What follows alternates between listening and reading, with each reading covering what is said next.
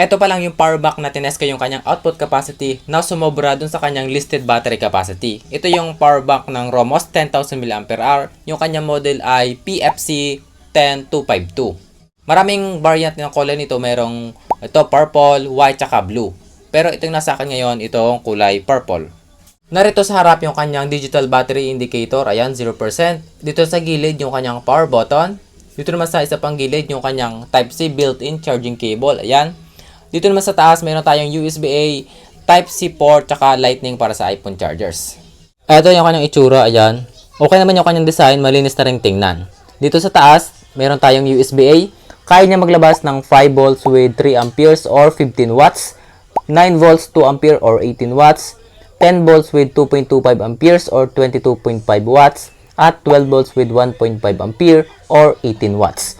Dito naman sa kanyang Type-C, kaya niya magpasok at maglabas ng power. Kaya niya ang 5 volts 3 amperes or 15 watts, 9 volts 2.2 amperes or 19 watts, at 12 volts with 1.67 ampere or 20 watts. Dito naman sa kanyang input ng Lightning para sa iPhone ay kanya hanggang 18 watts.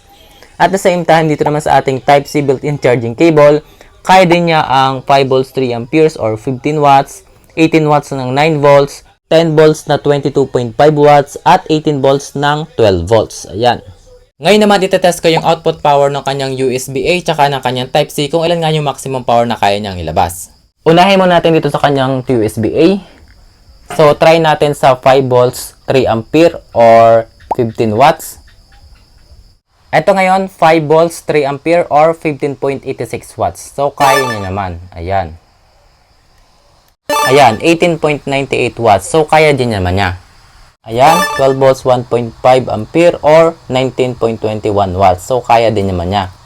Dito naman tayo sa kanyang Type-C. Ayan, 5 volts. Try natin. Ayan, 5 watts. Taasan pa natin hanggang 15 watts or 3 amps. 4.74 volts. 16.21 watts. So, kaya din naman niya.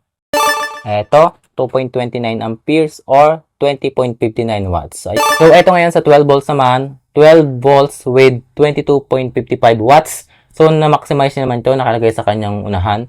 So, try pa natin taasan. Let's see. Ayan, 24 watts. Taasan pa natin. Yun, nawala na. So, sa pag-test ko, nakaya niya hanggang 24 watts. Pero, syempre dapat maintain pa rin natin yung below 22.5 watts para hindi siya ganong uminit. And now, test natin yung kanyang capacity kung makakakuha nga tayo ng 37 watt-hours sa kanya. Heto ngayon, 100% itong ating Romos power bank. Ngayon, i-discharge natin siya sa 5 volts, 1 ampere or try natin sa 5 watts. So, let's see kung ilan yung makukuha nating ampere hour sa kanya. Ito ngayon, low bat na yung ating power bank, 0% na. Dito naman sa ating monitor, nakakuha tayo ng 7.938 ampere hour. And ayun guys, nakakuha naman tayo ng 7.938 ampere hour. Times natin sa 5 volts output niya kanina, magkakaroon tayo ng 39.69 watt hour. So, sumobra naman tayo sa capacity niya na 37 watt hour. So, para sa akin, goods naman siya. Ngayon naman, try kong i-test yung kanyang capacity at magcha-charge ako ng mga cellphone. So, ngayon, unahin ko dito sa aking iPhone 5 na merong 5 watt hour. Ito ngayon, 3 PM, 8% na lang yung iPhone 5. Ito namang ating power bank ay meron pang tirang 100%. Full charge siya. So, try natin i-charge itong ating iPhone 5 ngayon.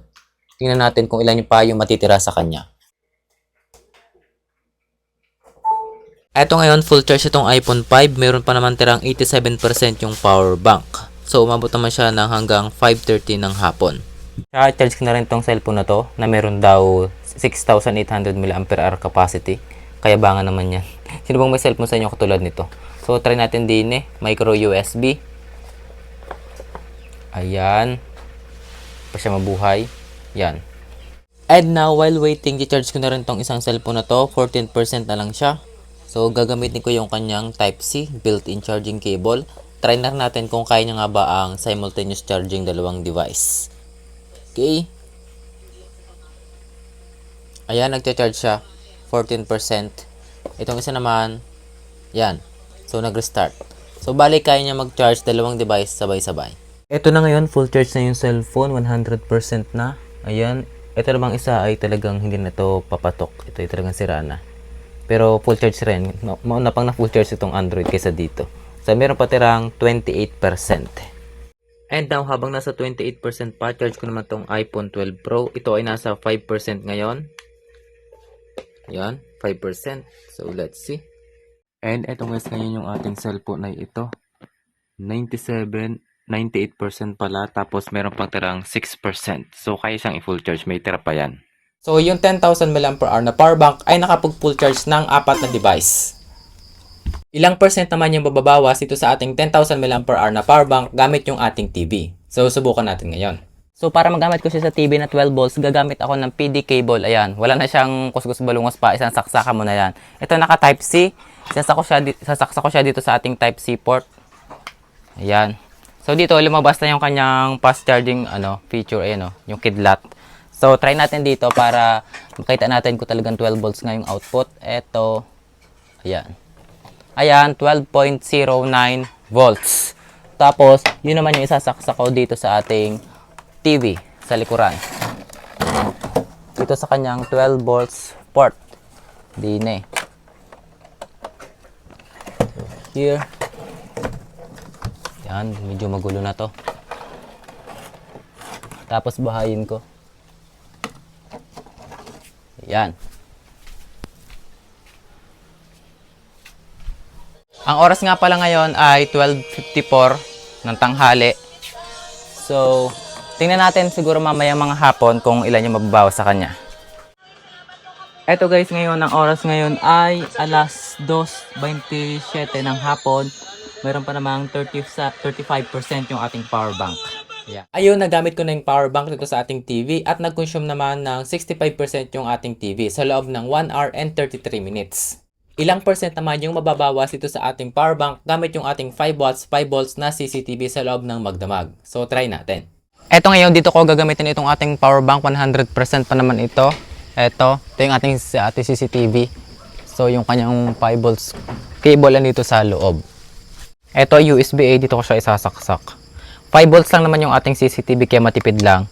So, try natin dito hanggang umaga. Ang oras naman ngayon ay ito, 6:28 ng gabi. 100% pa yung power bank. Matagal siyang malalobat yan. Baka magdamag hindi pa yung lobat kasi matipid naman yung CCTV na yun. Ayun.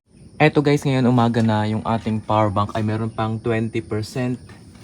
Ang oras naman ngayon ay 7:19 ng umaga. Ayun yung CCTV, gumagana pa rin. Ayun guys, nagamit ko ng ating CCTV dito sa ating power bank sa loob ng 12 hours and 51 minutes at nag-consume naman siya ng 80%. So meron pa tayong 20% dito sa ating power bank. Ilang percent naman yung mababawas dito sa ating power bank kapag ginamit natin yung ating 5 volts, 5 watts na ceiling fan. Ayan, nasa 20% pa. Ang oras naman ngayon ay ito, 7:51 ng umaga. Ayan. Ayan guys, ngayon patay na. Ayan, hindi na siya gumagana. Itong ating power bank ngayon, tingnan natin kung ilan natira. 0% na. Ito naman, itong oras na to. 9:46 na. Ayan, mabot naman. So ayun, nagamit ko na yung ating 5 volts, 5 watts sa ceiling fan dito sa ating power bank sa loob ng 2 hours and 31 minutes at nag-consume naman siya ng 20% hanggang sa malobat na yung power bank. Ilang oras nga ba bago ma-full charge itong power bank na to? So try ulit natin. Ito ngayon, alas 11:36 ng tanghali. Nagkukonsume naman siya ng 17%. Siya ay 0% ngayon. Eto nga guys, full charge siya. Siguro kanina pa siyang full charge, ngayon ko lang siya nakita. Ngayon lang ako pumasok ng bahay. Anong oras na ba ngayon? 2:53 ng hapon. Ayun na yun, na full charge yung power bank. Ginamit ko yung kanyang Type C port at na full charge naman sa loob ng 3 hours and 16 minutes. Kaya nga bang i-full charge itong power bank na to gamit yung ating 120 watts sa solar panel sa loob na maghapon? So try natin gamit yung aking back converter. Para may charge itong ating power bank dito sa solar panel, so itong gagamitin ko solar panel ngayon, 100 watts. Meron siyang MC4 sa dulo. Gagamit ako ng isa pang MC4. Iko-connect siya din eh. Ito. Tapos nilagyan ko yung dulo ng 12 volts male jack or 5.2 mm yung kanyang size. Tapos isa pang back converter ito. Ginagawa naman ito, minapababa niya yung voltage galing sa solar panel papuntang 5 volts, 9 volts at 12 volts. So depende yan kung ano yung kailangan ng power bank, yun yung ilalabas niya. Then another USB charging cable Type C. And then ito na yung isasaksak ko naman dito sa ating power bank. So ito. 6% siya yung nagcha-charge naman siya. Hindi lang siya makita. So, ito yung solar panel nilagay ko dito sa bubong. Tapos, ito yung wire papunta dito sa loob sa dingding. Para sa loob kilalagay yung power bank at hindi mainitan. So, eto ngayon, nagcha-charge yung ating power bank dito sa solar panel. Ayan, 6%. Ang oras ngayon ay eto, 9:06 pa lang ng umaga. Mahina pa yung sikat ng araw. Eto guys, ngayon full charge na itong power bank. Ang oras ngayon ay 12:48 na bago siya na full charge. Ayan, 100%. Ayun, simula 6% hanggang 100%, na full charge naman yung power bank sa loob ng 3 hours and 21 minutes. So ayun guys, yung result ng ating test dito sa ating 10,000 mAh power bank ng Romos. Para sa inyo ba yung naging result? Okay ba yung kanyang performance? Comment naman sa ating comment section below. And shoutout nga pala kay Mikael na nag-request ng review ng power bank na to. Kung mayroon pa kayong suggestion dito sa power bank na to, just comment lang sa ating comment section below.